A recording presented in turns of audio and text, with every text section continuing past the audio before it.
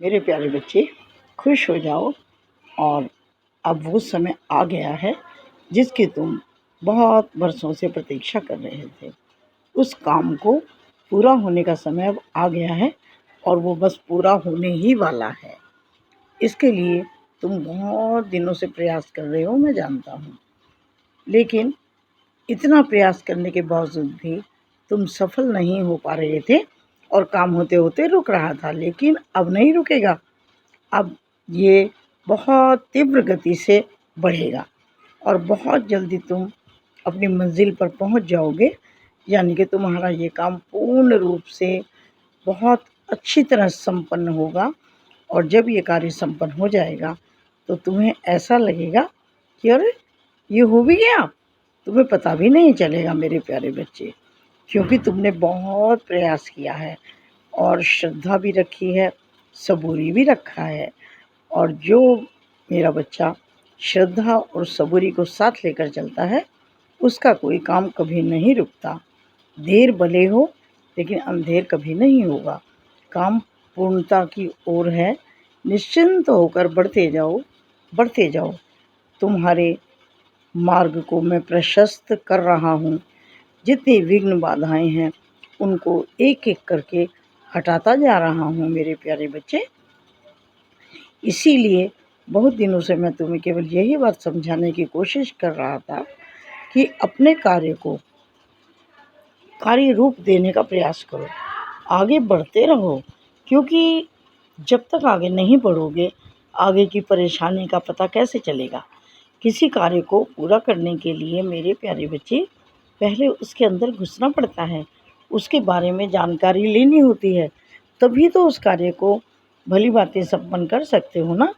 यदि एक झटके से बिना सोचे समझे जल्दी से कोई निर्णय ले लिया और बाद में जो परेशानियां आती हैं फिर इंसान ये सोचता है अरे मैं थोड़ा सब्र और कर लेता, मैं इतनी जल्दी ना मचाता, तो मैं और थोड़ा गहराई से इस कार्य के बारे में सोच लेता, भविष्य के बारे में थोड़ी और विचार कर लेता और जानकारी ले लेता। तो मेरे प्यारे बच्चे, तुम्हें बाद में पश्चाताप ना हो। तुम बाद में ये ना कहो कि बाबा मैं तो बार बार तुमसे हेल्प मांग रहा था, तुमने मेरा मार्गदर्शन क्यों नहीं किया। अगर ये काम मेरे लिए ठीक नहीं था तो बाबा तुमने रोका क्यों नहीं। ठीक है ना। इसीलिए मेरे प्यारे बच्चे अभी तक ये कार्य पूर्णता को प्राप्त नहीं हो रहा था, क्योंकि मैं चाहता था कि तुम आगे बढ़ो और ज़िंदगी के अनुभव लो। अनुभव से सीखोगे तो वो शिक्षा परमानेंट होती है, हमेशा रहने वाली होती है। ठीक है ना मेरे प्यारे बच्चे। किसी के कहने सुनने से बात नहीं बनती है, निजी अनुभव होना चाहिए। और मेरे प्यारे बच्चे, अब मेरे रूप में मैं एक प्रतिनिधि भेज रहा हूँ और वो तुम्हें बहुत लाभकारी होगा। वो तुम्हारे मार्गों को और प्रशस्त करेगा और तुम्हारे इस कार्य में बहुत सहायक होगा। तुम्हें बिल्कुल सही मार्गदर्शन देगा। समझ लेना कि वो उस रूप में मैं ही हूँ। ठीक है। और अब निश्चिंत रहो।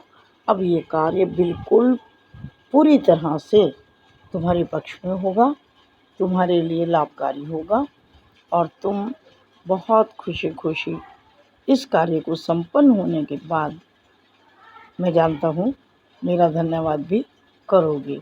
हर रोज़ तुम मेरे तरफ देखते हो कि बाबा मैं इतना प्रयास कर रहा हूँ, सफल क्यों नहीं हो रहा हूँ। तो मेरे प्यारे बच्चे, मैं ही वो परिस्थितियाँ बना रहा था ताकि तुम अनुभव ले सको, तुम स्वयं सीख सको।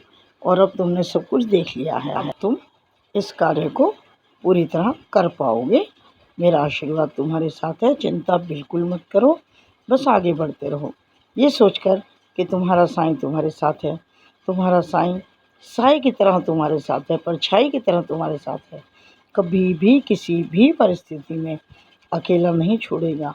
अंधेरे में परछाई साथ छोड़ती है ना, लेकिन तुम्हारा साईं अंधेरा हो या उजाला हमेशा तुम्हारे साथ है। खुश रहो।